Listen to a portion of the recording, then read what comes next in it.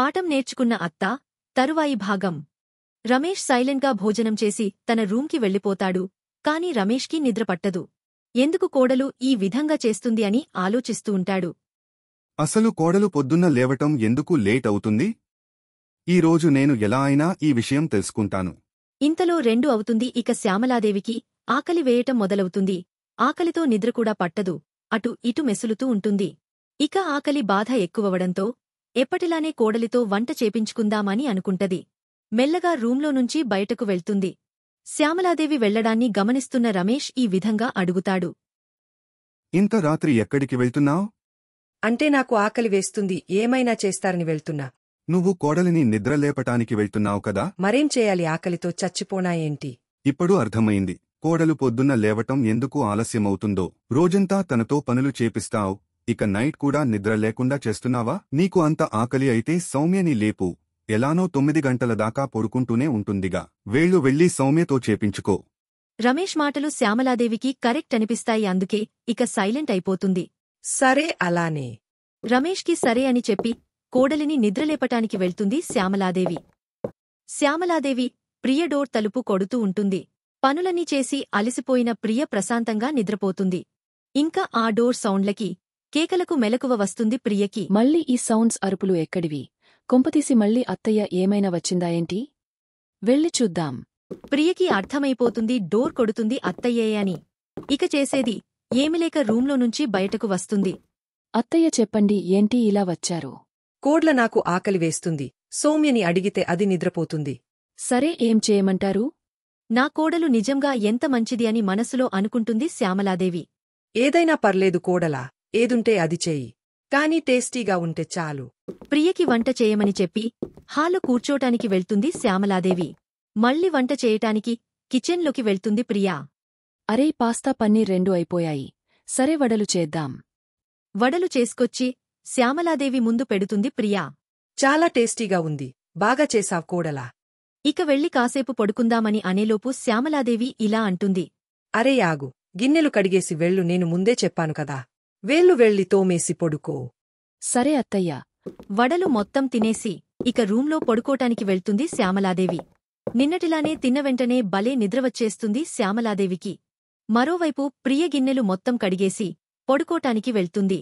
అప్పటికే టైం 6 అయిపోతుంది. అరే, అప్పుడే 6 అయిపోయింది. ఈరోజు కూడా లేట్గా టిఫిన్ ఇస్తే అందరూ కోపడతారు. బెటర్ ఈరోజు నేను నిద్రపోను. వెళ్ళి వంట పనులు పూర్తి చేయటం మంచిది అని అనుకుంటూ నిద్రపోకుండా వంటగదిలోకి వెళ్ళిపోతుంది ప్రియా. పడుకోకుండా మంచి పని చేశాను. ఈరోజు ఎందుకు చాలా నీరసంగా అనిపిస్తుంది. త్వరగా వంట పూర్తిచేసి కాసేపు విశ్రాంతి తీసుకుంటాను. వంటలు మొత్తం పూర్తిచేసి టైంకి అందరికి వడ్డిస్తుంది ప్రియా. ఈసారి ప్రియని అందరూ మెచ్చుకుంటారు. కాని ప్రియకి చాలా నీరసంగా ఉంటుంది. ఇక వాళ్ళ అత్తయ్య దగ్గరకు వెళ్లి ఇలా అడుగుతుంది. అత్తయ్య, నాకు కాస్త నీరసంగా ఉంది. నేను ఒక అరగంట నా రూంలో పడుకోనా? సరే పడుకో, కాని ఎక్కువసేపు పడుకోకు. సాయంత్రం డిన్నర్ పనులు కూడా చూడాలి కదా. సరే అత్తయ్య, నేను కాసేపే పడుకుంటా. ఇక అత్తయ్య సరే అని చెప్పటంతో ప్రియ వెళ్లి తన రూంలో పడుకుంటుంది. కోడలు పడుకోవటం చూసి రమేష్కి మొత్తం అర్థమవుతుంది. ఈరోజు నైట్ కూడా కోడలు నిద్రలేచింది అని. ఇక ప్రియ దగ్గరకు వచ్చి ఇలా అడుగుతాడు. ఏంటి కోడల, ఏమైంది? ఆరోగ్యం బాలేదా? హా మావయ్య, కాస్త నీరసంగా ఉంది నాకు. సరే, నువ్వు కొన్ని రోజులు నీ పుట్టింటికి వెళ్లి రెస్ట్ తీసుకో, సరేనా?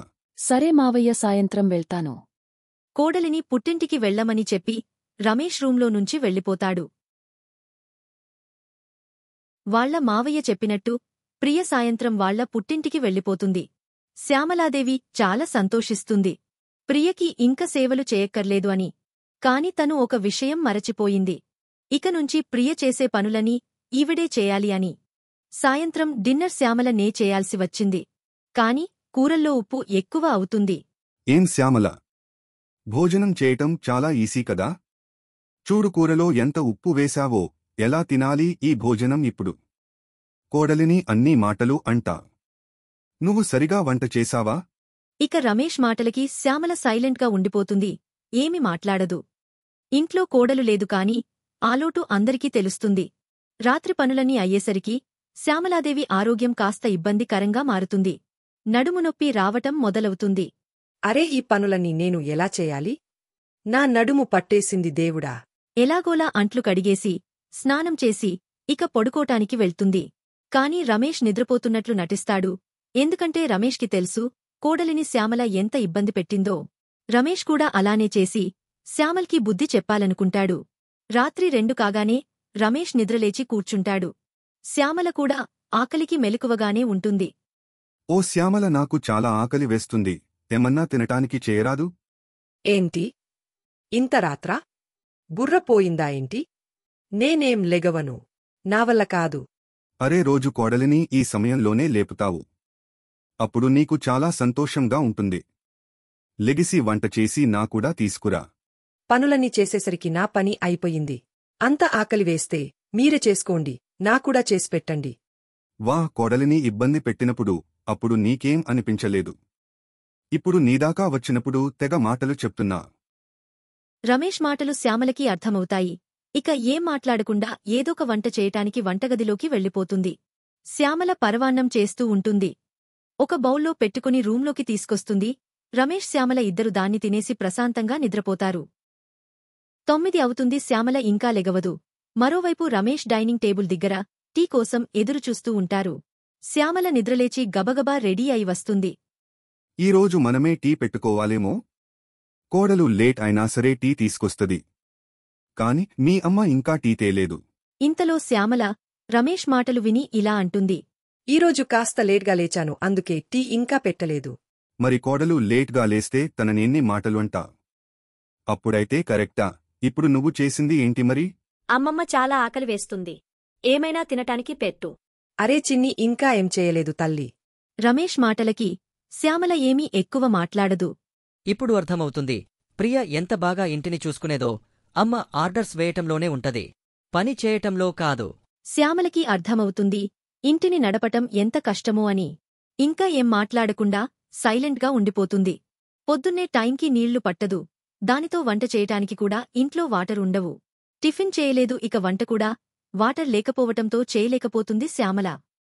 అరే శ్యామల, టిఫిన్ ఎలానో చేయలేదు, ఇక వంట కూడా చేయలేదా నువ్వు? తినకుండా చంపేస్తావా ఏంటి మమ్మల్ని? నీళ్లు అయిపోయాయి, వంట ఎలా చేసేదే, అందుకే చేయలేదు. అయితే భోజనం లేనట్టేనా? బయటనుంచి ఆర్డర్ పెట్టుకోవాలేమో మనం. అరే ఏం చేస్తాం రమ్య, అమ్మ రాజ్యం చెల్లుతుంది, బయటనుంచి తెచ్చుకోవటమే మనం. అమ్మమ్మ కనీసం బ్రెడ్ అన్నా తీసుకురా, పొద్దునుంచి ఏమీ తినలేదు, బాగా ఆకలి వేస్తోంది. శ్యామలకి తనమీద తనకే కోపం వస్తుంది. తనకి అర్థమవుతుంది కోడలు ఇంట్లో లేకపోవటం వల్ల ఇల్లు ఎలా చిందరవందరగా పడి ఉందో అని. కాసేపటి తరువాత అందరూ హోటల్ నుంచి ఫుడ్ తెచ్చుకుంటారు. రమేష్ అది చూసి చాలా సంతోషిస్తాడు. ఇప్పుడు బాగుందా నీకు శ్యామల?